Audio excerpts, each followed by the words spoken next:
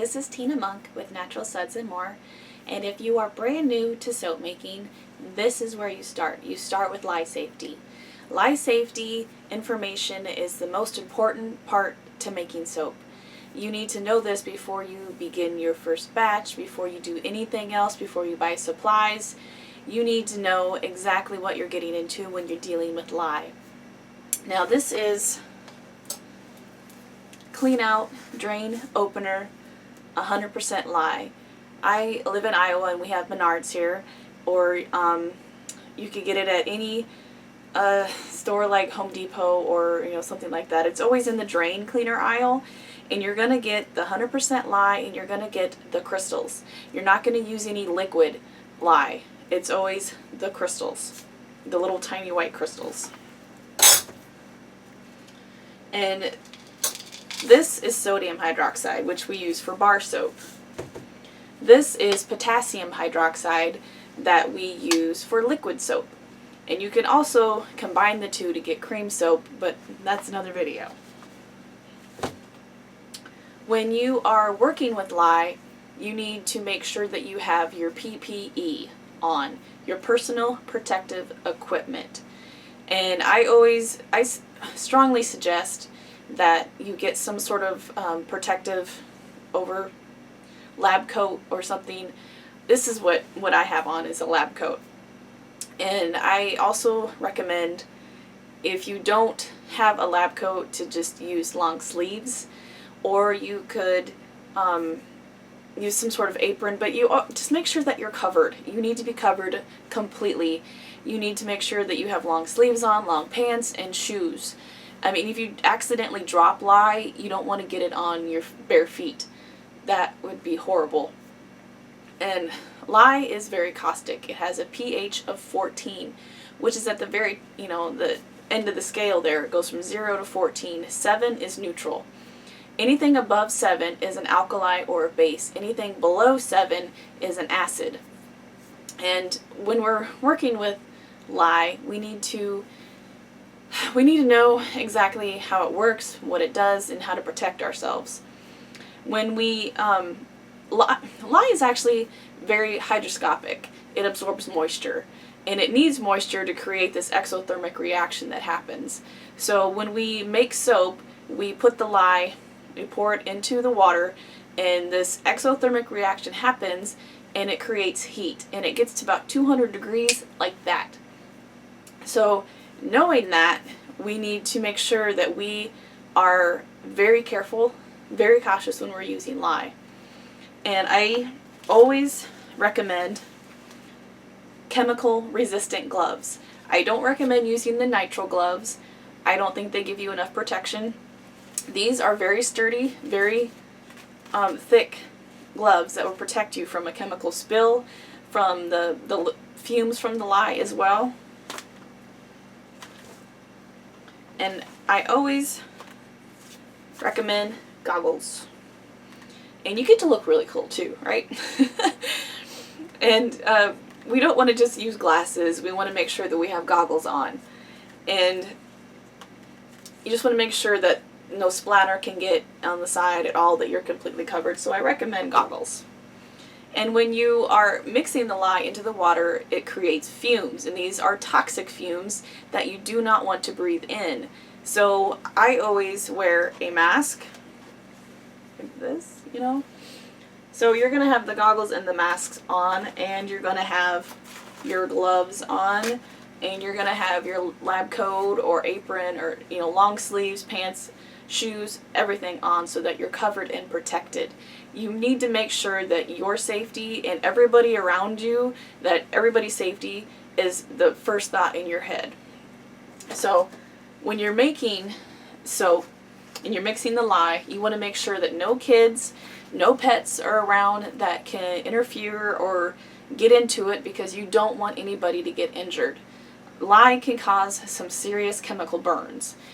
So we need to make sure that everybody's really, really safe. And I don't want anybody to get injured. I've seen several pictures online, and I've read several stories where people got injured. Somebody left the lye bowl unattended, and a 2-year-old got into it, or and somebody thought that they could, they'd been soaping for a while and they didn't feel like they needed the extra PPE, and then next thing you know, you see a picture where their meat's stripped from their hands. And it's not pretty, and it's very dangerous, and I want everybody to be as safe as possible when you're making soap. And I don't want to scare people off of making soap, but I just want everybody to be safe and everybody to be on the same page with lye safety. And when you're mixing up the lye, you need to make sure that I always do it in the sink. That way if something happens and it spills, it's going down the drain. It's not going to go on me. But you always pour the lye into the water. And if you think about it, you just remember snow falls on the lake. The lye pours on the water. If you do it the other way, you're going to end up with this volcano and splatter, and you're dangerous. Danger! So don't do it like that. You're always going to pour the lye into the water, and then it's going to heat up really, really fast. And you never ever mix lye with a hot liquid. It always needs to be cold, or at least room temperature. And the colder that the liquid is that you're using, the less fumes you're going to get. Like when I do milk soaps, I freeze my milk the day before and then I add the lye slowly to it, and you don't really get a lot of fumes and you're not getting a lot of heat. Because I'll actually use an ice bath underneath the milk bowl as well too, to keep the heat down, because the lye will scorch the milk soaps. And I don't want that to happen, so that's how I do that. But just make sure that you are completely covered, that you have a few hours blocked off of your time, that there's no kids, there's no pets around, and you never leave your lye bowl unattended. And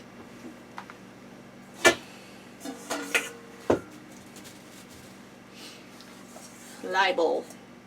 I always use stainless steel when I'm mixing my lye.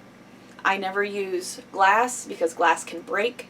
I don't use plastic because plastic can melt, and it also, you don't know what chemicals are leaching into your soap from the plastic.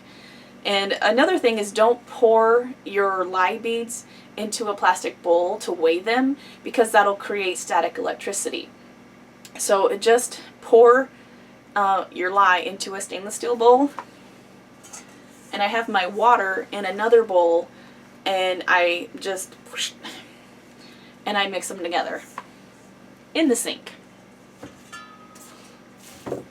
But I always use high heat spatulas for mixing my lye, and this I've had for a couple years that I haven't had any issues with it. So the high heat silicone spatulas can take the heat. They you don't have to worry about anything happening to them. And don't ever use wood. Don't use a wood utensil to mix your lye in, because the lye is so caustic. I mean, it can eat flesh, it'll eat through wood. So you want to make sure that you don't have any wood splinters in your soap or anything, and it's going to eat it away, so don't use it. Just stick with the high heat spatulas and the stainless steel bowls. And another option, if I'm making cold process soap, hot process you don't have to worry about it because it has much. But if I'm going to be pouring cold process soap a lot and doing different swirls and different pours, I after the fumes are gone from the lye, I will sometimes wear a face shield.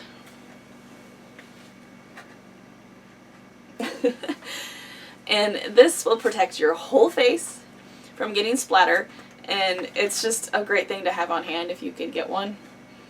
It's, you know, that way it's just, I like it. I don't want to have to worry about getting spatter, especially if when you go to bang down your soap to get the air bubbles out, sometimes you can get some spatter up on your face, and this'll protect your face. We don't want your pretty faces getting messed up.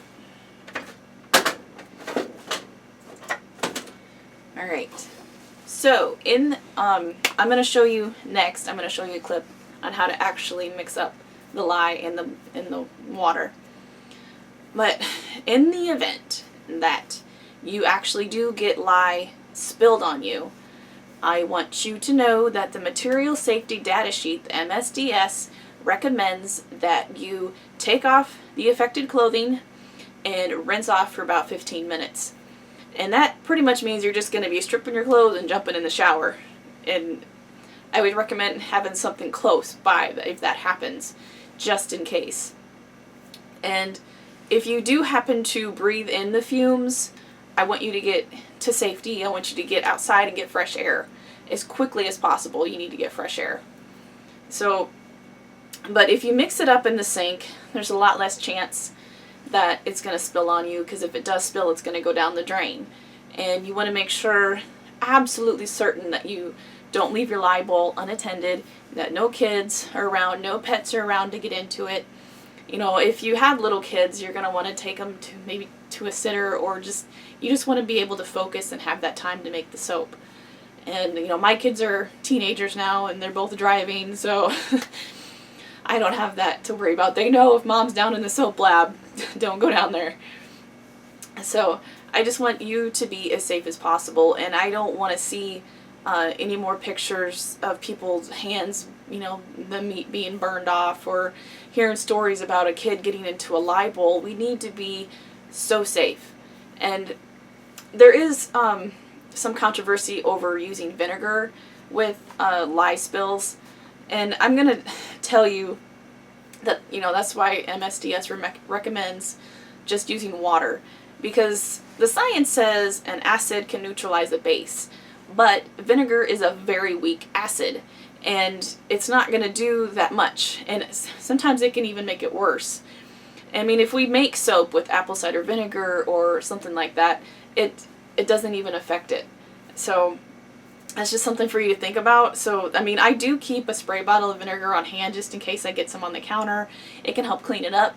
But for you, I'm just rinse it off. Rinse it off. And if you do happen to get lye in your eyes, or, you know, in your mouth or whatever, you're going to need to call 911 and go to the emergency room.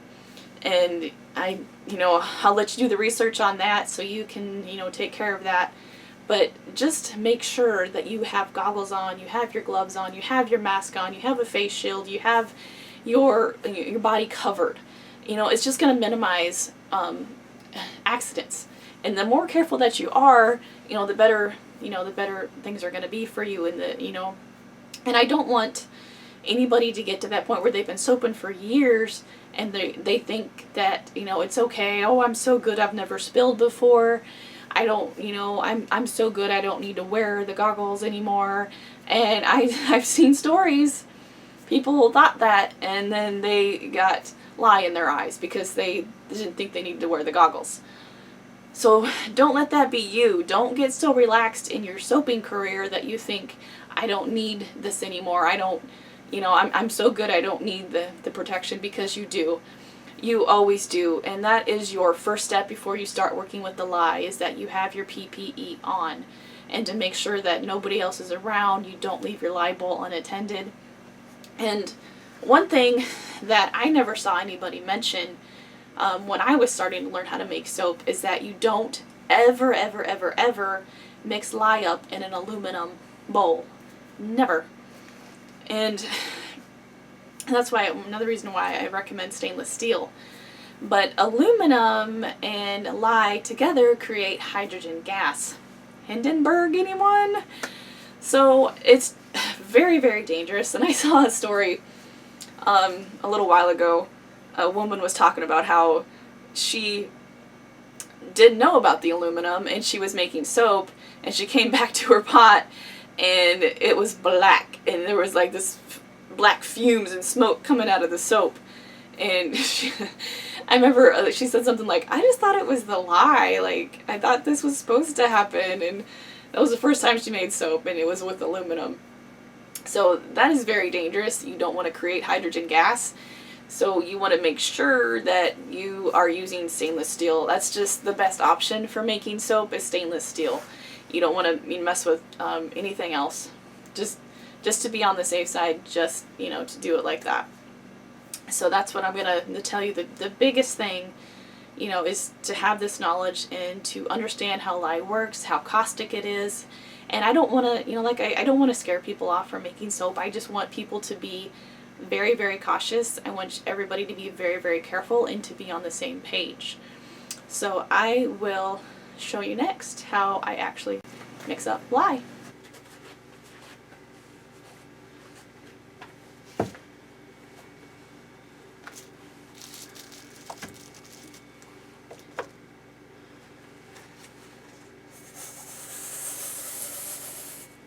Now remember, when you're mixing this up, your water needs to be cold or not hot. If you add lye to anything hot, it will volcano, and we don't want that to happen. I don't want anybody to get injured. So this is what the lye beads look like. And all you're going to do is just add it slowly to the water.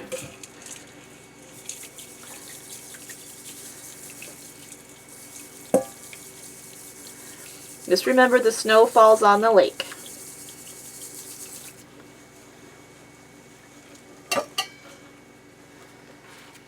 And the water will cloud up.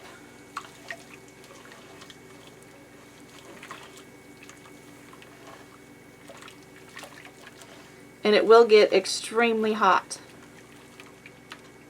And this creates the fumes.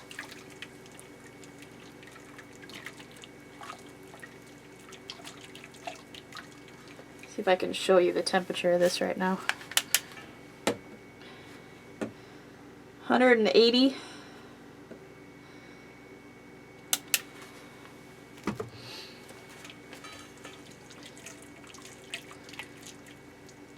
And it will create fumes for a couple minutes.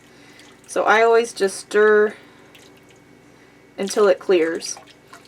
And depending on the soap process that you're going to be doing, it's going to make a huge difference on what temperature you use your lye water at. Cold process, usually 110 degrees. But if you want to have more time to work with your soap, you can let it get all the way down to 80 degrees, 80, 90 degrees. You know, if you're doing, and my milk soaps never actually get higher than 80 degrees. And when I'm actually mixing the lye into the frozen milk cubes, it never usually gets higher than 60 degrees. And for hot process, you're going to use the lye water as soon as it clears. As soon as you get it mixed in, you're going to add it to your soap, your hot oils. So depending on the process that you're doing, however you do this is going to make a big difference on how you do it.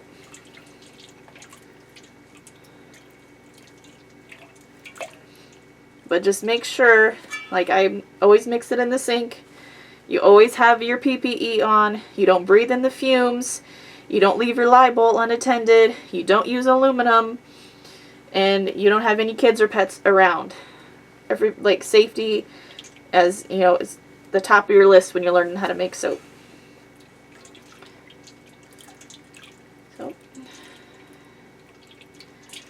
And that's all there is to it.